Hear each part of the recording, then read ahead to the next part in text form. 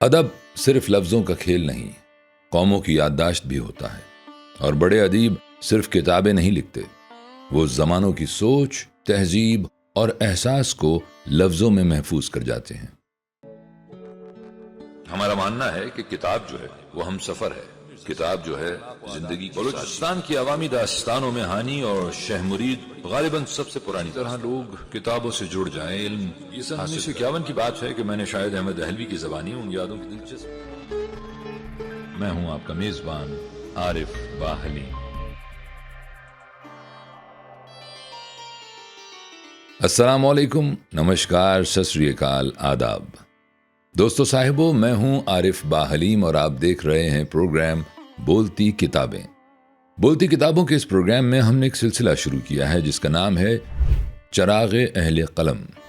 ایک ایسا سلسلہ جس میں ہم برصغیر کے ممتاز، نامور، قداور اور بین الاقوامی شہرت یافتہ ادیبوں کی زندگی، شخصیت، فن، فکر، ادبی خدمات کو آپ کے سامنے پیش کرتے ہیں۔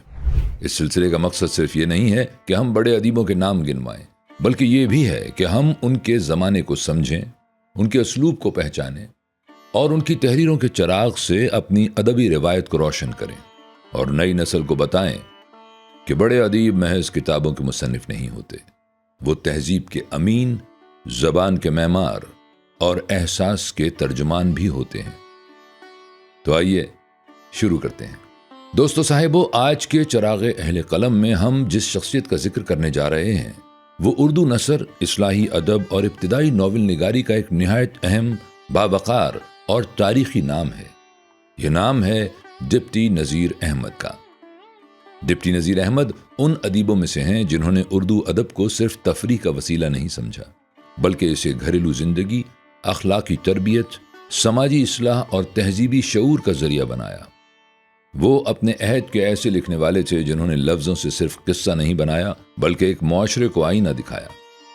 خاص طور پر مسلمان گھرانوں کی تعلیمی پسماندگی، گھریلو بے ترتیبی، لڑکیوں کی تعلیم اور بدلتے ہوئے زمانے کے مسائل کو انہوں نے اس طرح قلم بند کیا کہ اردو نثر میں ایک نئی راہ کھل گئی۔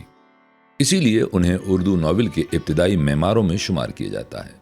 ڈپٹی نذیر احمد کا اصل نام مولوی نذیر احمد تھا۔ وہ 19ویں صدی کے پہلے نصف میں پیدا ہوئے، غالباً سن 1912، اور ان کی پرورش ایسے ماحول میں ہوئی جہاں دینی تعلیم، زبان دانی، تہذیب اور علمی ذوق کی بڑی اہمیت تھی۔ ان کا تعلق ایک مذہبی اور علمی خاندان سے تھا، اس لیے ابتدائی تعلیم ہی سے ان کے اندر عربی، فارسی، دینیات اور مشرقی علوم کی بنیاد مضبوط ہو گئی۔ لیکن ان کی عظمت صرف اس میں نہیں کہ وہ ایک عالم آدمی تھے۔ ان کی اصل اہمیت یہ ہے کہ انہوں نے اپنے علم کو زندہ زندگی سے جوڑ دیا۔ انہوں نے کتاب کو گھر سے، تہذیب کو روزمرہ سے اور اخلاق کو عملی زندگی سے مربوط کیا۔ ان کی جوانی کا زمانہ برصغیر کی تاریخ کے ایک نہایت نازک دور سے وابستہ تھا۔ یہ وہ عہد تھا جب ایک طرف پرانا مسلم معاشرہ زوال سے گزر رہا تھا، دوسری طرف انگریزی اقتدار مضبوط ہو رہا تھا، اور تیسری طرف نئی تعلیم، نئی سیاست اور نئی تہذیبی قدریں آہستہ آہستہ پرانی دنیا کے دروازے کھٹکھٹا رہی تھیں۔ ایسے میں بہت سے لوگ یا تو ماضی میں پناہ لے رہے تھے یا پھر نئی دنیا کے سامنے بالکل بے بس ہو رہے تھے۔ ڈپٹی نذیر احمد نے ان دونوں انتہاؤں کے بجائے ایک تیسرا راستہ اختیار کیا، اصلاح کا راستہ۔ وہ چاہتے تھے کہ قوم اپنے دین، اخلاق اور تہذیب کو سنبھالے بھی اور بدلتے ہوئے زمانے کے تقاضوں کو سمجھے بھی۔ انہوں نے سرکاری ملازمت بھی کی اور اسی نسبت سے ان کے نام کے ساتھ ڈپٹی کا لفظ مشہور ہوا۔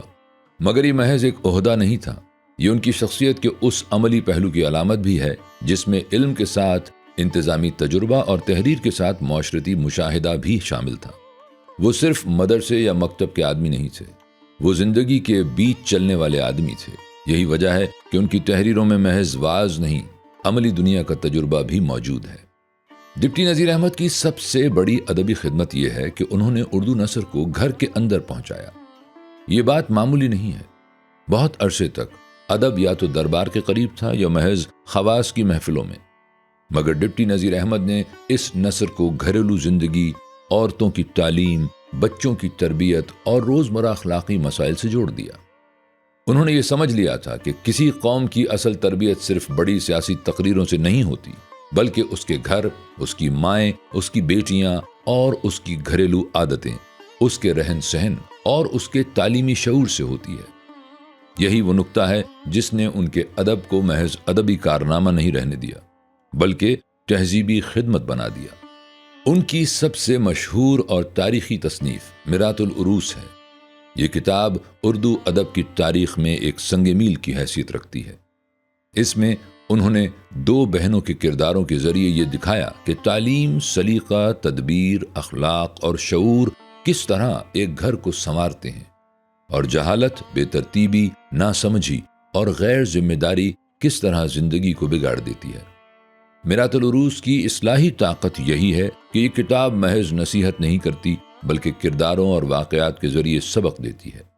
ایک طرف وہ لڑکی ہے جو سمجھدار، پڑھی لکھی، باوقار اور گھرداری کے اصولوں سے آشنا ہے، اور دوسری طرف وہ جو لاپرواہ، نا تجربے کار اور بے سلیقہ ہے۔ ان دونوں کے ذریعے ڈپٹی نذیر احمد نے پورے معاشرے کو یہ پیغام دیا کہ عورت کی تعلیم محض زیور نہیں، زندگی کی بنیاد ہے۔ یہ بات بھی بہت اہم ہے کہ ڈپٹی نذیر احمد کے یہاں عورت کی تعلیم کا مطلب صرف چند لفظ یاد کر لینا نہیں۔ ان کے نزدیک تعلیم کا مطلب عقل، تدبیر، اخلاق، شعور، گھرداری، معاشرتی ذمہ داری اور زندگی کو سنبھالنے کی صلاحیت ہے۔ آج کے قاری کو ان کے بعض خیالات میں اپنے زمانے کی حدود نظر آ سکتی ہیں، اور یہ بات بالکل درست ہے، مگر یہ بھی حقیقت ہے کہ اپنے دور میں انہوں نے مسلمان معاشرے کے اندر عورت کی تعلیم کا جو سوال اٹھایا وہ نہایت اہم اور اثر انگیز تھا۔ انہوں نے عورت کو محض گھر کی زینت نہیں سمجھا، انہوں نے اسے گھر کی بنیاد سمجھا۔ ڈپٹی نذیر احمد کی دوسری اہم تصنیف توبۃ النصوح ہے۔ یہ کتاب اصلاحی ادب کی ایک نمایاں مثال ہے۔ اس میں ایک ایسے گھرانے کی کہانی ہے جو دینی اور اخلاقی لحاظ سے غفلت میں پڑا ہوا ہے، اور پھر ایک جھٹکے کے بعد اس کے اندر توبہ، اصلاح اور باطنی تبدیلی کی کیفیت پیدا ہوتی ہے۔ یہاں ڈپٹی نذیر احمد کا مقصد یہ ہے کہ دین صرف ظاہری رسم نہیں، بلکہ کردار کی اصلاح اور زندگی کی درست سمت کا نام ہے۔ توبۃ النصوح میں ان کی دینی فکر بھی سامنے آتی ہے، اخلاقی اصلاح کا جذبہ بھی، اور گھریلو زندگی کو سنوارنے کی خواہش بھی۔ اسی طرح ان کی ایک اور اہم کتاب ابن الوقت ہے، جو اردو نثر میں ایک خاص فکری اہمیت رکھتی ہے۔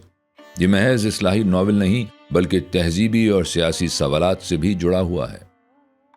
اس میں انہوں نے یہ دکھایا ہے کہ جب ایک معاشرہ شکست، غلامی اور تہذیبی دباؤ کے دور سے گزرتا ہے، تو اس کے بعض لوگ نئے حاکموں کی تہذیب سے اس قدر مروب ہو جاتے ہیں کہ اپنی شناخت ہی کھو بیٹھتے ہیں۔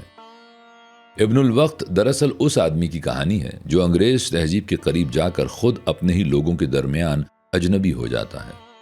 یہ ناول آج بھی اس لیے اہم ہے کہ یہ سوال اب بھی زندہ ہے، نئی دنیا سے فائدہ کیسے اٹھایا جائے مگر اپنی شناخت کھوئے بغیر۔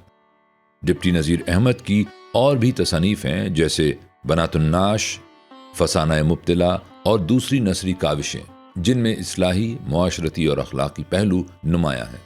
ان کے ادب میں ایک بات مسلسل نظر آتی ہے، وہ معاشرے کو بہتر دیکھنا چاہتے ہیں۔ وہ یہ سمجھتے ہیں کہ اگر گھر ٹوٹا ہوا ہے، ترتیب کمزور ہے، عورت اور مرد دونوں بے شعور ہیں اور اخلاق صرف زبان تک محدود ہو جائے تو قوم آگے نہیں بڑھ سکتی۔ اسی لیے ان کی تحریروں میں بار بار گھر، خاندان، تعلیم، تہذیب اور کردار کی بات آتی ہے۔ ان کے اسلوب کی ایک نمایاں خوبی سادگی اور روانی ہے۔ انہوں نے اردو نثر کو اس انداز میں برتا کہ وہ قابل فہم بھی رہے اور مؤثر بھی۔ ان کی زبان میں نہ غیر ضروری پیچیدگی ہے، نہ بناوٹی آرائش۔ وہ سیدھی بات کرتے ہیں مگر خشک انداز میں نہیں۔ ان کے ہاں مکالمہ بھی ہے، مثال بھی، قصہ بھی، نصیحت بھی اور روزمرہ زندگی کی جھلک بھی۔ یہی وجہ ہے کہ ان کی کتابیں صرف خواص ہی نہیں، عام پڑھے لکھے طبقے تک بھی پہنچیں اور گھروں میں پڑھی گئیں۔ یہ ایک بہت بڑی ادبی کامیابی ہے۔ ڈپٹی نذیر احمد کا ایک اور اہم پہلو ان کی دینی وابستگی اور قرآنی شعور ہے۔ انہوں نے مذہب کو محض رسومات کی سطح پر نہیں دیکھا، بلکہ اسے عملی زندگی سے جوڑنے کی کوشش کی۔ ان کے یہاں دین کا مطلب زندگی کی درستی، اخلاقی صفائی، معاملات کی درستی اور کردار کی تعمیر سے ہے۔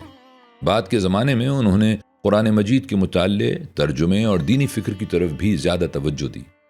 اس سے ان کی شخصیت کا یہ پہلو سامنے آتا ہے کہ وہ صرف ادیب نہیں، ایک سنجیدہ دینی ذہن کے حامل آدمی بھی تھے۔ اگرچہ آج کے دور میں ڈپٹی نذیر احمد کو پڑھتے ہوئے بعض مقامات پر ہمیں ان کے زمانے کی حدود اور فکری پابندیاں بھی نظر آتی ہیں، لیکن بڑے ادیب کو ہمیشہ اس کے عہد کے تناظر میں ہی سمجھنا چاہیے۔ اپنے وقت میں انہوں نے جو سوال اٹھائے، خاص طور پر تعلیم، گھریلو تربیت، عورت کا شعور، تہذیبی خودی اور اخلاقی اصلاح، وہ بہت بنیادی اور جرأت مندانہ سوال تھے۔ انہوں نے قوم کو اس کی کمزوریوں کا احساس دلایا اور یہ بتایا کہ محض ماضی پر فخر کافی نہیں، حال کو بھی سنوارنا پڑتا ہے۔